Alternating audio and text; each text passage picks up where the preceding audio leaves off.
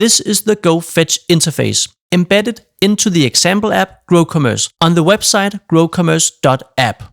This episode is primarily for app developers who has a website of their own and wants to embed the Gofetch interface into that website to enable merchants to register their shops for later use. I'll use my Go Explore enabled website GrowCommerce for the first part of the demonstration. The embedding process is documented in the Gofetch wiki, but since I always prefer guided tours myself, I thought I'd make one. Your first action item would be to copy this code snippet and paste it into the source code of the web page where the Gofetch interface should be displayed. The snippet contains one line of HTML and a script. The only part of the script that is unique to you is this URL. It's the URL from where the script should fetch another script. In this example, the subdomain of the URL is gofetchapi.example.com, which routes traffic to the servers of Gofetch through a CNAME DNS record. In the case of my demo app GrowCommerce, the subdomain is gofetchapi.growcommerce.app. And during episode 2, I created the necessary DNS records to point this subdomain to the servers of the Gofetch add-on. Let's check out how this subdomain is utilized by the script that has been embedded into growcommerce.app. When we inspect the source code of the integration page, we'll find a div with the ID of gfcontainer right here, the same div as you saw in the wiki. The script has been placed inside the head of the website, and it contains the subdomain that resolves to the Gofetch servers. Let's take a closer look at what the script does. By inspecting the network activity and reloading the page, we can see how the script makes a GET request to the subdomain gofetchapi.growcommerce.app. On this specific URL, Gofetch responds with another script that is then appended to the head of the website. The new script is responsible for communicating with two different parties, so it also makes two different requests, which we will now inspect. The first request goes to the website where the user is signed in. In this case, it's growcommerce.app. The path, which is Gofetch sessions/new, was chosen and registered by the shortcut I used in episode 2, but it really could be anything. Let's actually try and visit this URL ourselves. Your website where the user is signed in is expected to respond with a token like this, and the token needs to change each time the user makes a new request. But how do you as an app developer generate this token and why? Let's have a closer look at what needs to happen inside your app. A simple implementation that generates this token can be found in the repository that was installed and deployed to growcommerce.app by the shortcut in episode 2. As you may remember, repositories can create pages on Go Explore enabled websites. And this repository has created two pages. The first, integrations index, is the one that displays the Gofetch interface. It contains the gfcontainer div. Inside the head.html file is the script that fetches the larger script from the servers of Gofetch through a GrowCommerce subdomain. The second page is the one that gave us the token. The job of this page is to assess the identity of the user who makes the request and share this identity with the Gofetch add-on. Before these lines of code are executed, the Go Explore enabled website has already authenticated the user. So if the request is being made by a signed-in user, this code has access to a user and the account that the user belongs to. How you authenticate your users depends on your implementation. Gofetch needs the account ID, which is the unique identifier of the account in your database. Gofetch also needs the website of the account. And finally, you're expected to generate a session ID token. There are no formal requirements for this token, but it should be unique for each request and not too short. All of these informations need to be shared with the Gofetch add-on through an HTTP request. As you may remember, Go Explore-enabled websites can submit HTTP requests through a liquid filter called webhook, and the request can be found in the webhooks folder. It's a post request that goes to the subdomain you resolve to the servers of Gofetch. In this case, that would be gofetchapi.growcommerce.app. The request needs to be authorized with a token that you can find inside your account at Goaddon. Once we have forwarded the identity of the user, we'll need to respond to the original request made by the user, and the response should simply be plain text with the token that we generated and shared with Gofetch. And that's what this is. So the script that got appended to the website head makes sure that GrowCommerce is requested for a token. And it also reads the token GrowCommerce responds with. This token is unique to this session. And now that GrowCommerce shared it with Gofetch along with the identity of the signed-in user, the script can make one more request. This request does not go to the GrowCommerce website. Instead, it goes to the GrowCommerce subdomain that was resolved to the servers of Gofetch. The request contains a custom header, which is the token GrowCommerce generated and shared with Gofetch. And because the token is associated with the signed-in user, Gofetch knows exactly who makes this request and can therefore respond with informations that only this particular user should have access to. As you may be able to see here, the response from Gofetch contains the HTML that is displayed on the website. Or to be precise, it is displayed inside the GF container div that was originally added to the source code of the page.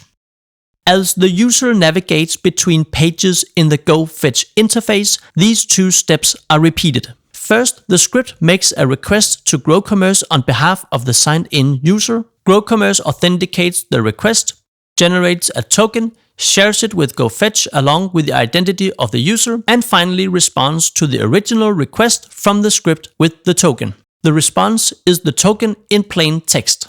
Second, the script reads the token and includes it in a request to Gofetch. Gofetch, who recognizes the token, responds with the page that the user wants to see. And that's the whole process. But what if you show the integrations page to users who are not signed in? If we revisit the code, you can see that account informations should only be shared with Gofetch if such informations exist. If not, you can share the session ID alone. And Gofetch will then display the interface as if the user had no privileged access. So far, this episode has assumed that your app is built on top of the MongoDB database provided by Goaddon. And since Gofetch has access to the same database, when you share the ID of the account, Gofetch knows exactly which integrations belongs to it, because Gofetch created these integrations in the first place and made them belong to this particular account. But maybe you're already using your own database, one that Gofetch does not have access to. In that case, it would not be very useful to Gofetch that you shared your own unique identifier of the account. To Gofetch, this would be an unrecognized identifier. We can easily adjust for this though. All you need is to send the unique identifier of the account as a remote ID instead of an ID. Gofetch will then still create accounts in your Goaddon database, but will make sure to associate them with the identifiers provided by you. Now that you have a basic understanding of the process, I'd like to show step by step how to set up your Goaddon account in order to embed the Gofetch interface on your own website. In episode 1, I briefly introduced a demo shop of mine called christophersoutlet.com, powered by the e-commerce platform Dandomain. Let's imagine that this shop is in need for a new internal app to help them analyze their own data.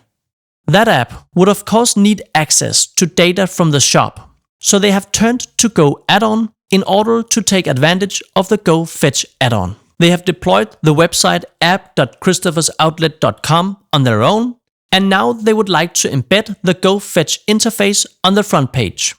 To subscribe to the Gofetch add-on, I will create a new project called Christopher's Outlet. The project will get its own database, but the app will at no point interact with this database directly, because it's already using a self-hosted database. I will subscribe this project to the Gofetch add-on only and set it up manually without using a shortcut. Let's pull up the step-by-step guide for projects that are using their own website. First, we need to register the domain or subdomain of our website. That would be app.christophersoutlet.com. Next, we'll need to choose a subdomain that should resolve to the servers of Gofetch. We'll go with the default suggestion of gofetchapi.christophersoutlet.com. Since we covered DNS in episode 2, I have already created the necessary DNS records off screen. Let's copy the subdomain and revisit the repository we reviewed earlier in the episode.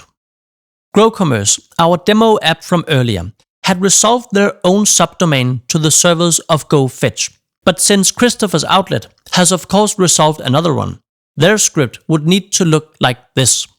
The larger remote script will now be pulled from the correct subdomain. When that script has been added to the head of the website app.christophersoutlet.com, the script will ask the app to generate a session ID and share it with Gofetch. That is done with an HTTP request to the subdomain specific to Christopher's Outlet. Next, we would need to register the path of the web page where we intend to display the Gofetch interface. Let's just stick to the suggested /integrations. When a merchant has successfully integrated their shop through the Gofetch interface, Gofetch can redirect them to a path of your choosing. In all previous episodes, I've chosen to redirect the merchant back to the integrations page. But for this one, let's just send them to the root path. We also need to register the path where users authenticate themselves. In the case of app.christophersoutlet.com, this would be users/sign-up.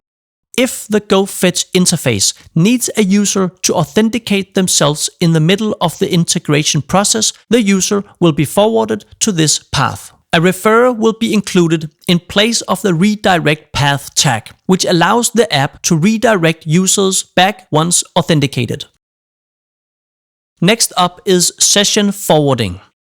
Here we need to register the path to our own website, where the script can request us to generate a session ID and share it with Gofetch. If you recall, sharing with Gofetch is done through a post request like this, after having received the user's request and processed it like this.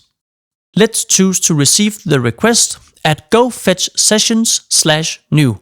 Let's check out the session forwarding token generated by Gofetch.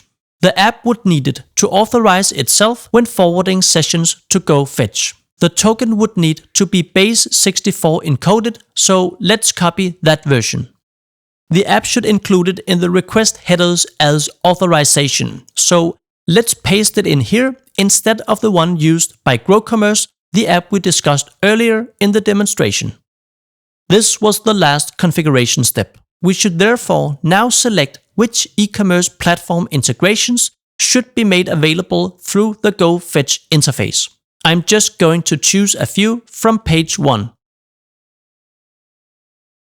Let's reload app.christophersoutlet.com, which, by the way, has routed the integrations page to the front page. The Gofetch interface is now displayed there as intended, but it looks terrible because from the get-go, the Gofetch interface has no styling at all. If we tap back to our Goaddon account and visit the menu entry Interface CSS, we can add classes to every type of element on the interface. App.christophersoutlet.com uses the CSS framework Bootstrap, which has a class called H5. If we apply that class to all headlines, save our changes, tap back to the app, and reload the page, the HTML code that is pulled from Gofetch will include this new headline class And since the existing CSS framework of the website has styling instructions for this class, the appearance of the interface has changed. Off-screen, I've added more classes. So on the next reload, the Gofetch interface looks like something we've seen previously. Since we now have a decent looking interface, let's get back to our original problem of coordinating between the app and Gofetch when the app is using its own database and Gofetch is using the Goaddon database. Our first decision in that process is about the accessibility of the Gofetch interface. By default, it is accessible to the outside world unless you hide the page behind your own authentication. But the interface is also read-only by default. All implementations I've shown so far have allowed the merchant to prepare the integration before signing up. And let's also allow that for this app by navigating to the menu entry Onboarding. Here we can choose that merchants should be allowed to connect with their own shop before having been authenticated by you. When reloading the page, the input fields are no longer read-only. Let's provide the credentials for an online shop. Since this particular app is intended for internal use only, the first and only shop to be integrated is christophersoutlet.com, which is powered by the e-commerce platform Dandomain. Now that we have allowed for merchants to connect with their shop before having authenticated with us, the default setting is to require authentication before finally approving the integrations. This too can be changed, since it's possible to use the Gofetch interface as a sign-up form. However, this interface simply provides the merchant with the sign-up link we registered during setup. The URL from which we came has been included in a referrer parameter, just as intended. You should probably only let the merchant go through the trouble of preparing the integration if you are also able to redirect them back to the integration approval page upon authentication. And this app can do exactly that, as noted in the bottom of the page. Let's go through the usual steps of registering the website of the merchant. As email address, I'll just provide my own. Next, let's paste in the confirmation token that I received and copied off screen. And finally, let's choose a password and observe how the app successfully redirects the merchant back to the integration approval page. At this point, the Gofetch add-on still doesn't know about this account, even though the account has been created in the database of the app. But when the merchant approves the integration, the script will request the app to generate a session ID and share it with Gofetch, along with a remote ID that has the value of the unique identifier of this account. The presence of a remote ID instead of an ID will inform Gofetch to create a parallel account in the database that is hosted by Goaddon. So when the merchant interacts with the Gofetch interface and the app shares the same remote ID, Gofetch will know the identity of the user and which integrations belongs to the user's account. The data that is collected from these integrations will only be present in the database that is hosted by Goaddon, which I do not currently use in this app. This concludes episode 6. Now that you've been introduced to the third and final approach to building Gofetch-enabled e-commerce apps, the next episode will help you monitor your active integrations.